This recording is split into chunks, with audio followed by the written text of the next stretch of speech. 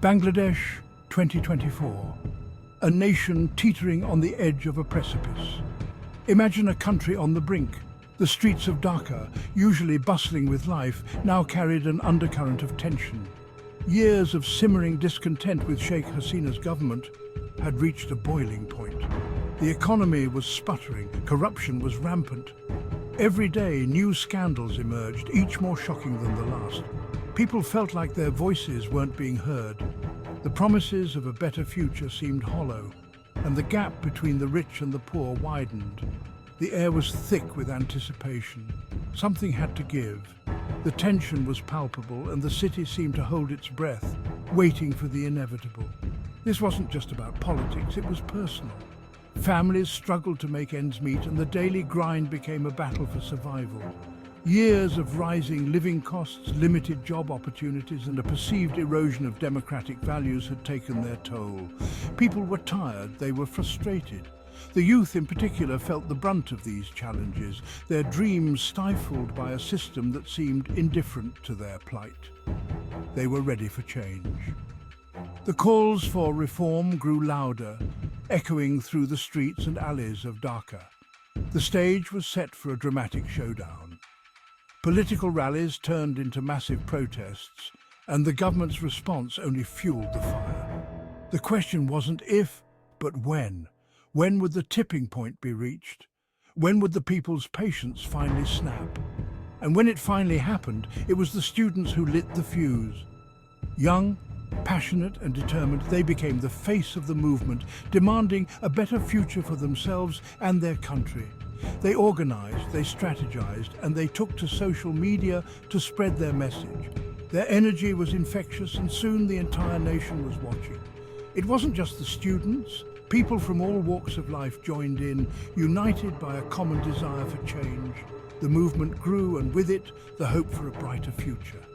The government, caught off guard by the scale and intensity of the protests, scrambled to respond. Meetings were held behind closed doors, and the corridors of power buzzed with uncertainty. As night fell, the protests continued. Candlelight vigils were held, and moments of silence were observed for those who had suffered. The resolve of the people was unshakable. Amidst the turmoil, there was a sense of hope, a belief that perhaps this time things would be different, that this summer of discontent would pave the way for a new dawn in Bangladesh. It began, as these things often do, with the youth. The spark of change was ignited by the younger generation, who often see the world not as it is, but as it could be. Their vision for a better future, untainted by the cynicism that sometimes comes with age, drove them to take action. University students, armed with the idealism and impatience of their generation, took to the streets of Dhaka. They were driven by a deep-seated frustration with the status quo, a feeling that their voices were not being heard and that their future was being compromised by the actions of those in power.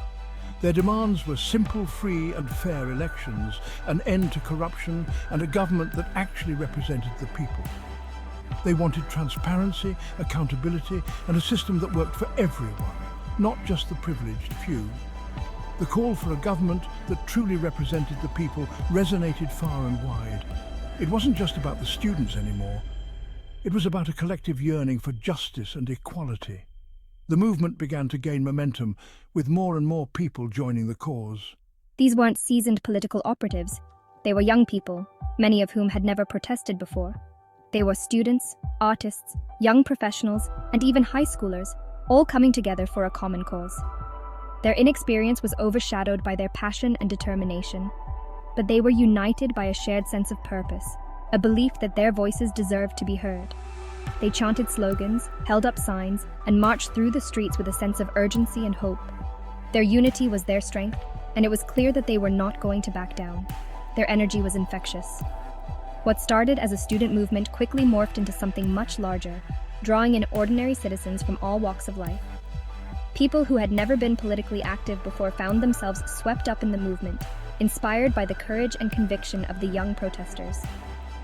The summer of 2024 was shaping up to be a summer of discontent.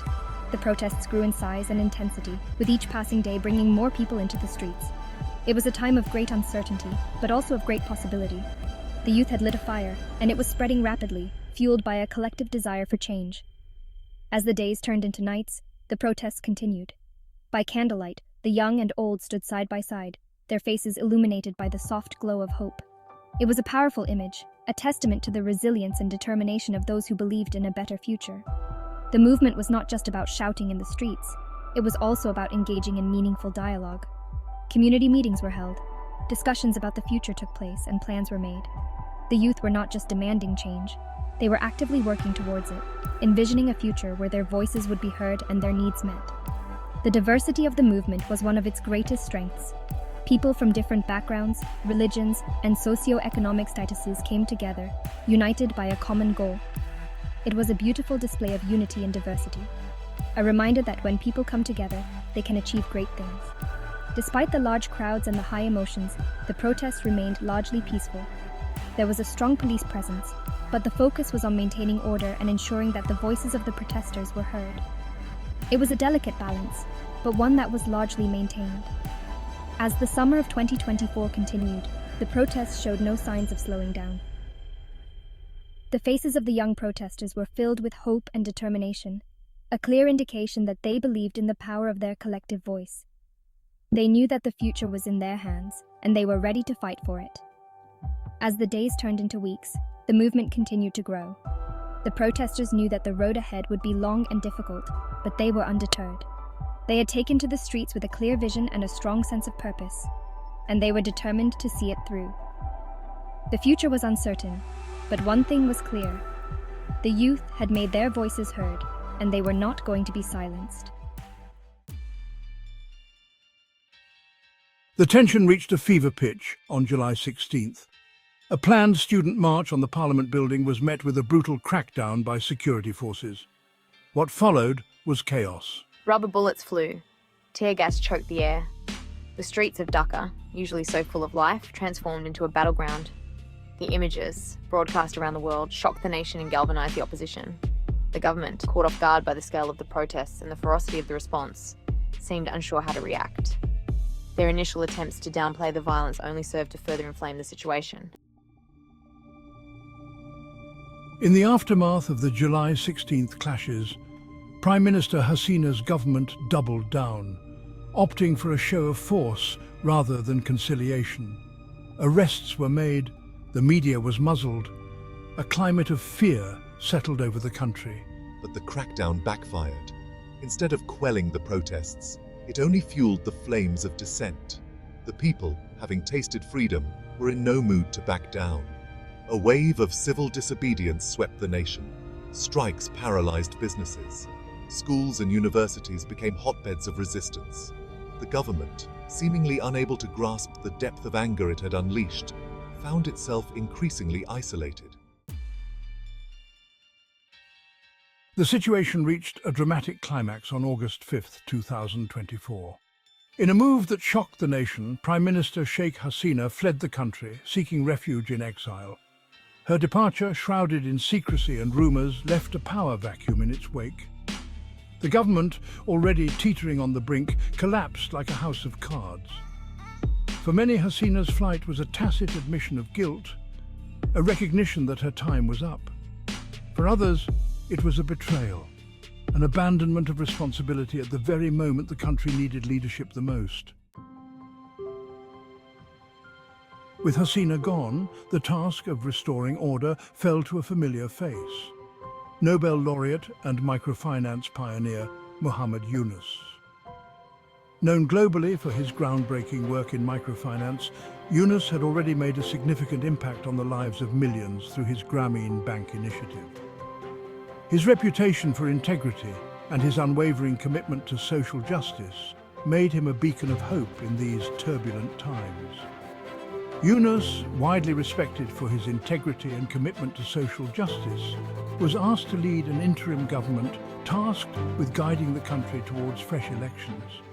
This was no small feat, as the political landscape was fraught with tension and uncertainty.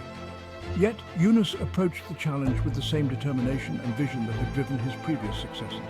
Yunus, never one to shy away from a challenge, accepted the mantle of leadership.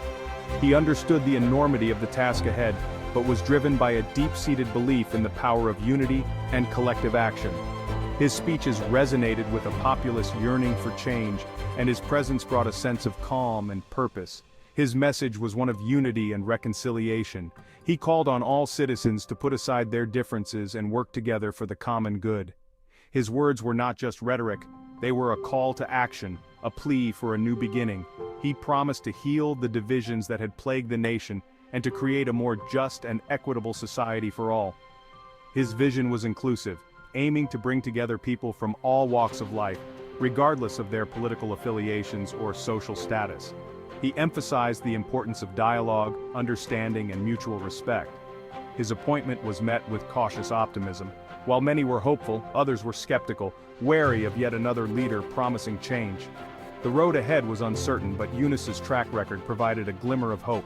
Here, finally, was a leader untainted by the corruption and cynicism that had come to define Bangladeshi politics. His clean image and genuine concern for the welfare of the people set him apart from his predecessors. He was seen as a breath of fresh air in a political environment that had long been stifled by mistrust and disillusionment. But could he succeed where others had failed? The challenges were immense, and the stakes were high. The nation watched with bated breath, hoping that this time, things would be different. Yunus's journey was just beginning, and the world was eager to see if he could turn the tide and lead Bangladesh towards a brighter future. The international community, having watched the events in Bangladesh unfold with a mixture of concern and condemnation, welcomed Yunus's appointment. Promises of aid and support poured in from around the world. But the road ahead is fraught with challenges. The economy is in shambles, the political landscape remains deeply polarized, and the specter of violence still lingers. Can Yunus unite a nation riven by division? Can he deliver on his promise of a more just and equitable Bangladesh? Only time will tell. But one thing is certain, the world is watching.